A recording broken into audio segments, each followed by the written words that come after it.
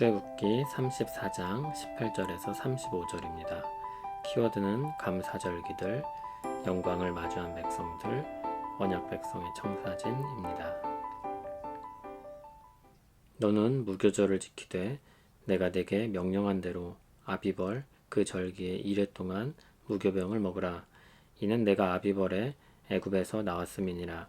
모든 첫 태생은 다 내 것이며 내 가축의 모든 처음 난 수컷인 소와 양도 다 그러하며 나귀의 첫 새끼는 어린 양으로 대속할 것이요 그렇게 하지 아니하려면 그 목을 꺾을 것이며 내 아들 중 장자는 다 대속할지며 빈손으로 내 얼굴을 보지 말지니라. 너는 엿새 동안 일하고 일곱째 날에는 쉴지니 밭 갈 때에나 거둘 때에도 쉴지며 칠칠절 곧 맥주의 초실절을 지키고 새 말에는 수장절을 지키라. 너희의 모든 남자는 매년 3번씩 주 여호와 이스라엘의 하나님 앞에 보일지라. 내가 이방 나라들을 내 앞에서 쫓아내고 내 지경을 넓히리니 내가 매년 3번씩 여호와 내 하나님을 뵈려고 올 때에 아무도 내 땅을 탐내지 못하리라. 너는 내 제물의 피를 유교병과 함께 드리지 말며 유월절 제물을 아침까지 두지 말지며 내 토지 소산에 처음 익은 것을 가져다가 내 하나님 여호와의 전에 드릴지며 너는 염소 새끼를 그 어미의 젖으로 삼지 말지니라. 여호와께서 모세에게 이르시되 너는 이 말들을 기록하라. 내가 이 말들의 뜻대로 너와 이스라엘과 언약을 세웠음이니라 하시니라.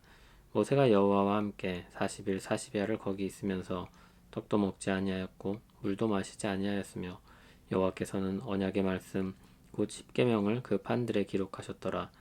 모세가 그 증거의 2판을 모세의 손에 들고 시내산에서 내려오니 그 산에서 내려올 때 모세는 자기가 여호와와 말하였으므로 말미암아 얼굴 피부에 광채가 나나 깨닫지 못하였더라.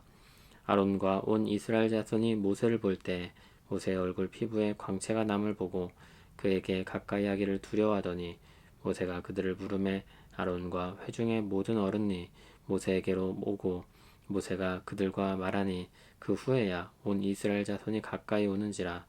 모세가 여호와께서 시내산에서 자기에게 이르신 말씀을 다 그들에게 명령하고 모세가 그들에게 말하기를 마치고 수건으로 자기 얼굴을 가렸더라. 그러나 모세가 여호와 앞에 들어가서 함께 말할 때에는 나오기까지 수건을 벗고 있다가 나와서는 그 명령하신 일을 이스라엘 자손에게 전하며 이스라엘 자손이 모세의 얼굴에 광채를 보므로 모세가 여호와께 말하러 들어가기까지 다시 수건으로 자기 얼굴을 가렸더라. 아멘. 오늘 말씀은 어제 내용에 이어지는 말씀입니다. 하나님께서 언약을 갱신하시면서 이스라엘 백성들에게 말씀하신 것입니다. 어제 부분에서는 소극적인 면이 강조되었다면 오늘은 적극적인 면이 강조됩니다. 어제는 우상 숭배를 금해야 되는 내용이 나왔는데 오늘은 하나님을 적극적으로 섬기는 것에 대해서 말합니다.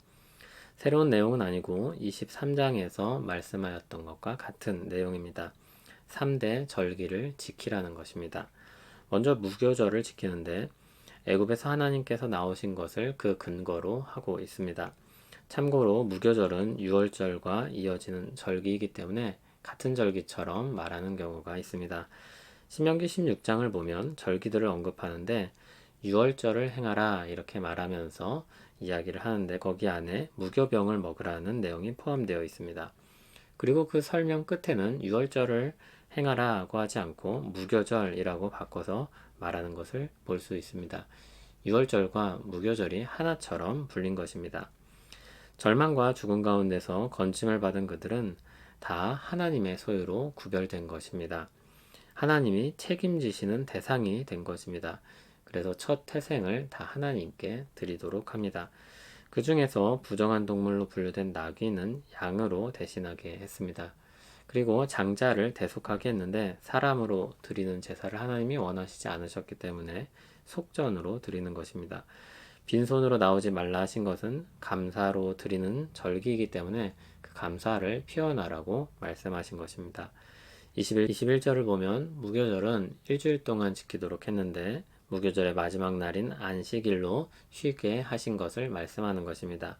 감사하는 절기로 드리고 삶으로 돌아가는 백성들에게 반복해서 지켜야 하는 안식일을 말씀하시므로 그들의 삶 가운데 자기를 멈추고 일상에서도 감사의 삶을 이어가게 하신 것입니다.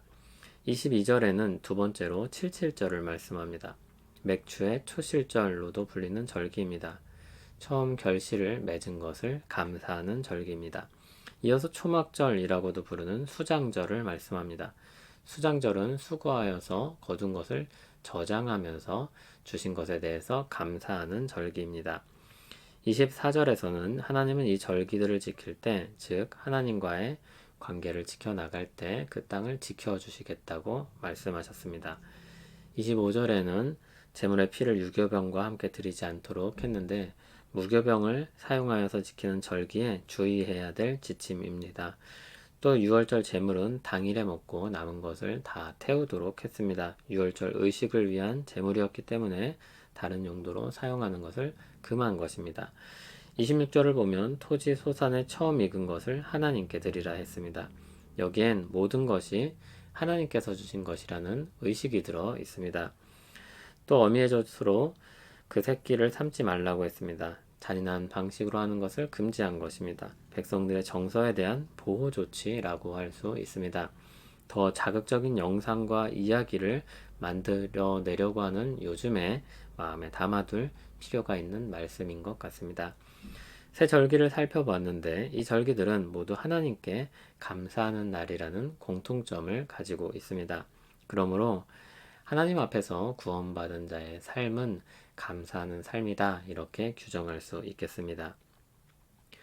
27절부터는 언약을 선포하시는 하나님의 말씀이 나옵니다. 다시 하나님과 이스라엘은 언약으로 묶인 관계가 되었습니다. 모세는 이때 40일 밤낮을 하나님과 보냈습니다. 이때는 이스라엘 백성들이 이전처럼 금송아지를 만들거나 하지 않고 기다립니다. 아주 중요한 교훈을 얻고 배운 것입니다. 40일 동안 하나님이 모세를 보존하셨기 때문에 아무것도 먹지 않고 40일 밤낮을 보냈습니다. 그리고 하나님이 다시 써주신 십계명 두 돌판을 가지고 시내산에서 백성들에게로 내려옵니다. 산에서 내려온 모세는 하나님의 영광으로 인해서 얼굴에 광채가 났습니다. 그런데 모세는 알지 못했습니다. 아론과 온 이스라엘 자손은 그 모습을 보고 두려워했습니다. 하나님께서 모세와 함께 하시면서 그에게 권위를 주셨다는 것을 나타내셨습니다. 그 광채가 얼마나 강렬했는지 백성들과 말을 할 때는 수건으로 얼굴을 가려야 했습니다. 모세가 이것을 자랑하지 않고 수건으로 가렸다는 것을 기억하시기 바랍니다. 회막으로 들어가 다시 하나님을 뵐 때는 가릴 필요가 없었습니다. 영광의 주님 앞이기 때문입니다. 이후 영광의 주님이신 예수 그리스도가 오셨습니다. 변화산에서 예수님의 실체가 영광이 드러나게 되는데 예수님의 얼굴이 해와 같이 빛났다고 하였었습니다. 참 지도자이시며 왕이신 그리스도라는 것을 제자들에게 그리고 지금 우리들에게 나타내시는 것입니다. 흥미롭게도 천국에서 하나님과 함께하는 백성들은 해와 같이 빛날 것이라고 하였습니다. 영광스러운 하나님은 그와 함께하는 백성들의 얼굴을 밝게 빛나게 하실 것입니다. 영광스럽게 하실 것입니다. 그 맛보기를 우리는 스데반의 얼굴에서 볼 수 있습니다. 성령으로 충만했던 스데반은 그 얼굴이 천사와 같았다고 했습니다. 우리와 함께 하시는 하나님의 영광이 얼마나 큰지, 그리고 우리에게 얼마나 큰 영광을 주시는지 기억하고 감사하며 살기를 바랍니다. 오늘 말씀은 하나님과 언약을 맺은 백성들로서 살아가는 삶이 어떠한 것인지를 이야기하고 있습니다. 이제 계약서를 썼으니 다 끝났다, 그런 것이 아니라 계약서를 썼으니 그 계약서에 쓰인 대로 실제로 살기 시작해야 하는 것입니다. 그 삶은 어떤 삶입니까? 하나님께 감사하며 섬기는 삶이며 영광스러운 삶입니다. 그 삶의 근거는 하나님이 보존하시고 이어가시는 것을 근거로 하고 있습니다. 하나님이 함께 하셔서 우리를 살게 하실 때 그것을 근거로 해서 하나님께 감사하며 사는 삶입니다. 우리를 위해 지극히 낮아지신 그리스도를 다시 지극히 높여 주님의 자리로 올리셨습니다. 이처럼 이 땅에서 나그네와 같은 삶을 사는 우리를 다시 높여주실 것입니다. 그날을 바라보며 살아가는 소망의 삶이다, 이렇게 말을 할 수도 있겠습니다. 주님의 은혜로 출발하고 이어지는 삶, 그 은혜에 대해서 감사하며 사는 삶, 영광스러운 날을 고대하며 소망하는 삶, 이것이 주님의 백성들의 삶의 청사진이라고 말할 수 있겠습니다. 이 복된 삶을 주 안에서 함께 영위하는 우리 되기를 바랍니다. 참으로 복된 삶으로 우리를 이끄시는 주님, 감사하며 살아야 됨을 깨닫게 하셔서 우리에게 주신 은혜들을 돌아보게 하시니 감사합니다. 우리에게 주신 은혜가 참으로 큽니다. 우리가 이러한 말들로 아뢰며 감사할 수 있도록 오늘까지 붙드시고 이끄신 은혜를 찬송합니다. 이 날들이 주께서 정하신 때까지 이어지게 하시며 복됨을 누리며 사는 우리 되게 하옵소서. 예수님 이름으로 기도합니다. 아멘.